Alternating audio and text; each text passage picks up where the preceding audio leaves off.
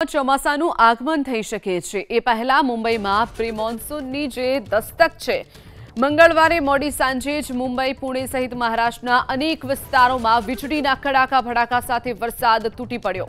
મુંબઈ શહેરમાં કેટલાક વિસ્તારોમાં પાણી ભરાયા, જેને લઈ રાહદારીઓ અને વાહન ચાલકોને હાલાકી ભોગવવાનો વારો આવ્યો।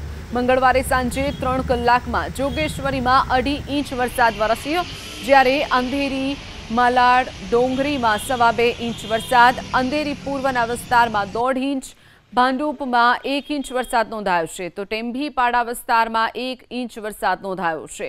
પાણી ભરાવાના કારણે અંધેરી સબવેમાં વાહન વ્યવહાર અટકવાની ફરજ પડી હતી તો બેસ્ટની બસ પણ સબવેમાં પાણીમાં ફસાઈ ગઈ હતી। આ તરફ પુણેમાં પણ ભારે પવન સાથે વરસાદ ખાબક્યો।